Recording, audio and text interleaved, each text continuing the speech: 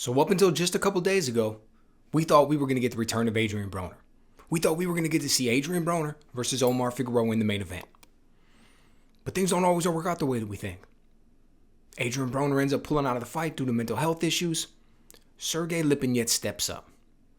He was already supposed to be on the undercard, so even though we think about it as a short notice fight, he was a man who was already training. He's already come out and said, I've been in training camp for 3 months, didn't know exactly who I was going to get, was preparing for a bunch of different styles, thinking about trying to get all these different looks. I'm ready to go. This is solid. I'm so happy to have this opportunity. I'm going to jump up and make the most of it.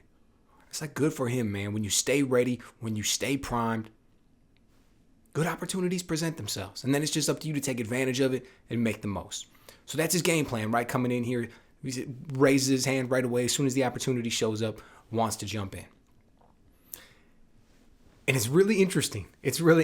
Look, when it was Figueroa versus Broner, I'll just come right out and say it. I had the video already made. I didn't have a chance to post it before Broner came out and pulled out of the fight. So it just gets tossed to the wayside. But to cut right to the chase, I picked Figueroa in that one. I think it was going to be a really tough fight. I thought it was going to be really close at different times.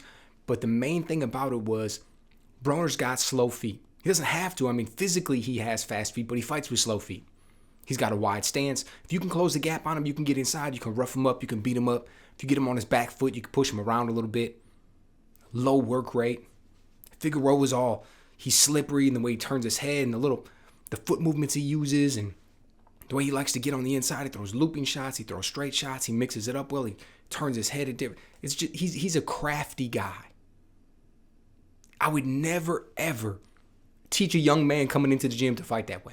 There's no way in the world a 10-year-old would show up at my gym, if I had one, but there's no way in the world a 10-year-old would show up in my gym and I would start to teach him a style that was crafted after what Omar Figueroa does. It's not pretty, but it's effective.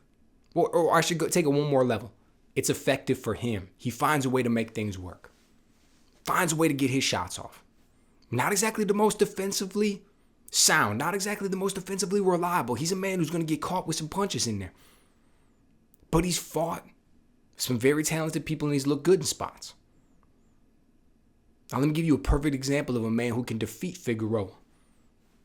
Yordenis Ugas, right? Why? Because Ugas is a master counterpuncher and he doesn't let anything ride.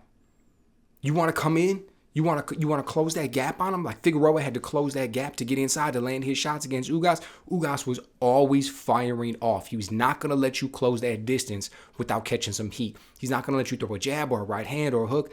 Every single time you shoot, he's countering. That's the kryptonite for what Figueroa wants to bring. But Broner couldn't do that. So to sum it all up, I was taking Figueroa in that fight. So now Sergey Lipinets steps in. Now typically, again, you think about a man stepping in on short notice. You think about a man who wasn't able to prepare. Man who wasn't thinking about the bright lights of the main event. None of that was on his mind. None of that was doing all these things. He was just out here kind of randomly getting ready, randomly preparing. Right? But I'm taking him in this one. I'm going with Lipinets. Now, I don't think it's going to be an easy walk. I just talked about how good Figueroa is. I just talked about the things that he's able to do. But Lipinets, man, he started training with Joe Goossen about 5-6 fights ago. People who watch this channel, I'm a big fan of Joe Goossen. The biggest name fighter that you've probably heard of most recently that he works with is Ryan Garcia. Right? He left working with Eddie Reynoso. He's now working with Joe Goossen for the last 2 fights. Looked good in his last one. Getting in over his head, calling out Tank. Getting in over his head, calling out Teofimo Lopez. But hey, that's another story. That's another story for a different video. But Joe Goossen, I like him. I like what he brings to the table. So he's been working with Lipinets for the last 5 or 6 fights. And Lipinets came out and said that one of the things that he improved upon the most, one of the things that Joe Goossen really helped him with was inside fighting, which is something he needs because he's average for the division as far as 5'7", but he's got kind of a short reach at 67 inches. Even in this one, he's got the shorter reach. So he's a guy who needs to come on the inside. He's a guy who needs to be able to get work done there. And he's been doing better at it. You can see the progress that he's been making with Joe Goossen. But what I like about him is he's got fast hands.